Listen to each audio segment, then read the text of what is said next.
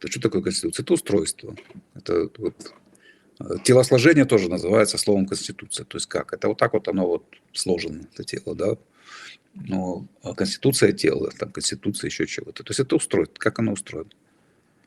Поэтому должен быть сначала некий объект, да, то есть ну, в нашем случае там система отношений, и его вот уже последующее описание в виде Конституции. Вот. Потому что если вы, ну, то есть опять-таки в данном случае мы совершаем ошибку, то есть мы заранее предшествуем, переставляем телегу и лошадь, то есть мы пишем некую структуру, а потом, значит, пытаемся в нее засунуть людей, не знаю, будет это функционировать или нет. Да, то есть предполагаю, что будет, потому что мы их наделили там какими-то полномочиями, там, но, как правило, потом оказывается, что оно работать не будет, потому что у них свои как бы интересы, да, и мы чего-то, как обычно, не предусмотрели, потому что все предусмотреть невозможно. Вот. То есть, ну, не было в истории ни одного случая, когда заранее придуманные вот такие вот изголовые системы работали так, как хотели, включая Конституцию Соединенных Штатов, которая, как мы видим, у нас сейчас функционирует, вот, и что творится в США. Да, и на самом деле это же не только сейчас творится, оно творилось уже там ого сколько. Вот, наверное, там начиная как минимум с Вудро Вильсона, как минимум, а то и раньше. Вот. И ну, даже возникновение, допустим, американской бюрократии, оно же тоже в Конституции нет никакой бюрократии. Вот. До убийства президента Гарфилда, по-моему, его была фамилия, это середина 19 века, в Америке не было вот этого standing army, да, то есть standing government, вот, его не было. То есть это вся администрация приходила с президентом и с ним уходила автоматом. То есть, потому что Конституция предусматривает, вчера прочитал тоже хорошую аналогию, кстати говоря, по поводу нового. То есть Конституция это просто, вот американская, это просто попытка описать на самом деле такую сильно ограниченную монархию. Вот. И это видно из полномочий президента, который фактически тоже монарх. Вот. То есть там ну, тоже о разделении властей можно весьма условно говорить. Вот. Поэтому это не было такой уже ну, инновации, скажем так, то вообще из головы откуда-то там полностью новое выдумано. Это тоже описание существующей на самом деле уже системы, конечно же, британской, только в модели немножко другой. То есть так, как оно хотелось тем самым автором этой Конституции. Так вот, вся эта бюрократия, которую сейчас Илон Маск пытается уничтожать, и которая в ответ может уничтожить весь мир легко, вот, страшная, ужасная, да, то есть ее в Конституции нет. Она предусматривает, что президент приходит, он приводит с собой всех вот этих вот людишек на все посты, вот, а когда он заканчивает свой срок, или, то есть когда его там переизбирают, вот, он уходит, и людишки уходят вместе с ним. Вот. И все. То есть нет ничего похожего на английскую там, государственную службу и там, государственные службы в любой другой стране мира. То есть она исчезает вообще полностью. То есть эти люди исчезают вместе с президентом. Вот. И их полномочия тоже. Президент им дает полномочия. Вот в чем дело. Вот. Он как король, да, то есть ты будешь там конюшей, ты там будешь там еще какой-то, значит, и так далее.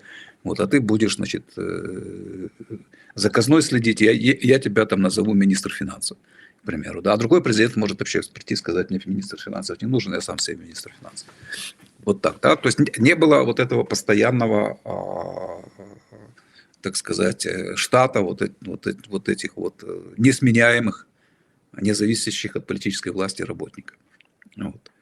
И только после его убийства этот аппарат возник, вот, и никакой конституции он не предусмотрен абсолютно. Вот. Так что создать вот так заранее что-то и потом сказать, что оно будет у нас работать так, как мы написали, ну, это ошибка. Но это я еще говорю как бывший председатель Конституционно-демократической партии. Ну, вот название посмотрите, да, Конституционно-демократическая. То есть я немножко в конституциях разбирался. Вот. Так, И тоже исходил из этой вот ошибочной идеи о том, что можно заранее написать какую-то конституцию, другую, да, то есть давайте вот мы советскую конституцию берем, давайте напишем хорошую, новую, значит, там вкусно пахнущую, ну, вот с ароматом банана и яблока, значит, конституцию, где у нас будет все правильно расписано и все будет отлично работать. Вот. И такие проекты мы там писали, вот, пересылали их там в Верховную Раду, проводили там семинары разные там и прочее такое. Вот. Но потом я понял, что это не работает, и в принципе так, ну, оно работать не может. Так работать не может. Да, есть другой вариант, то есть надо понимать, что власть писанной бумажки, она, конечно же, велика. Конечно, велика. Почему? Потому что на нее ссылаются вот эти вот чуваки, которые, значит, вот именем короля он же произносит, когда приходит за вами, да. Вот если там где-то сделать так, чтобы он не мог это делать, да, то он уже и не придет. Ну вот. Так вот, какие-то изменения Конституции, да, какие-то там, так сказать, ее точечные или не очень точечные, так сказать, изменения, они действительно могут иногда помочь. Но опять-таки надо понимать, что это все равно будет локально и, и временно. Вот локально и временно, потому что система она найдет обходные пути рано или поздно и будет работать, ну, иначе, да, то есть изменить систему, так сказать, меняя вот эти вот там кружочки, стрелочки, квадратики, ее, ну, так не получится. То есть, ну, вернее, можно, да, то есть ее можно просто как бы немножко притормозить, там, направить немного в другое место, там, и так далее, и так далее, и так далее. Вот. А тем более думать, что мы можем заранее написать какой-то текст, вот, который будет описывать какую-то сущность, которая появится в результате этого текста, понимаете? Вот. Ну вот, да, опять-таки, давайте вспомним, о чем постоянно говорили после и во время и после перестройки. О том, что о советском менталитете, о нем мы сейчас еще вспоминаем. Вот. Это же не случайно, да, то есть вот у них там хорошие какие-то новые институты, вот, но людишки не те, у них менталитет не то, и это, ну, это, в этом есть большая доля истины. А почему? Потому что людишки привыкли работать по другим шаблонам, а вы им тут предлагаете какие-то свои. Вот. И они будут работать на самом деле так, как они привыкли. Вот. И мало кто поменяет на те, которые написаны в бумажке. Вот. Был очень, кстати, шокирующий момент, когда Украина таки была вынуждена начать какие-то структурные реформы там в начале 90-х, ну, которые предполагали, что вот эти самые директора государственных предприятий, будучи отпущенными на волю, они начнут себя вести как рыночные менеджеры, начнут сами искать рынки сбыта, начнут сами искать, так сказать, рынки снабжения и так далее, и так далее, и так далее. И, ну, уже, так сказать, в зависимости от этого там, реструктуризировать уже собственное производство. Вот. Но очень часто этого не происходило. То есть, да, кто-то действительно это понимал и делал, но большинство из них, они ехали в Кабмин.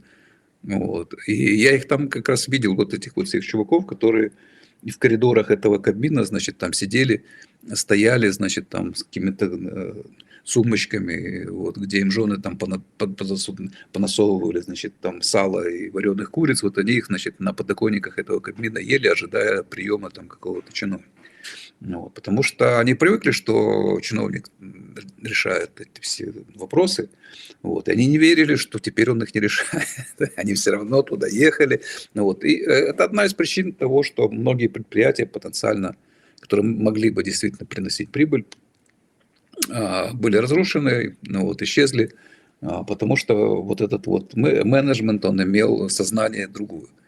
Сознание другое. Так вот, для новой вот этой конституции, опять-таки, требуется, потому что, ну, реально люди действуют в соответствии с вот этими шаблонами в голове, а не с тем, что написано в бумажке, да, если у них эти шаблоны не совпадают, если они слишком радикально отличаются от того, что вы им, значит, напишете, то это никак их не поменяет. Вот. Будет вот та же самая история, то есть будет там разорение предприятий, будет там конфликты и так далее, то есть она все равно не будет работать так, как вы от них хотите. Ну, вот. Поэтому я не думаю, что какая-то конституция одна на всю страну в состоянии там что-то изменить. Да. То есть поправить эту еще, наверное, можно, убрав оттуда там самые одиозные какие-то хрени. Вот. Но и то это надо делать как временную заплатку, так сказать, и все.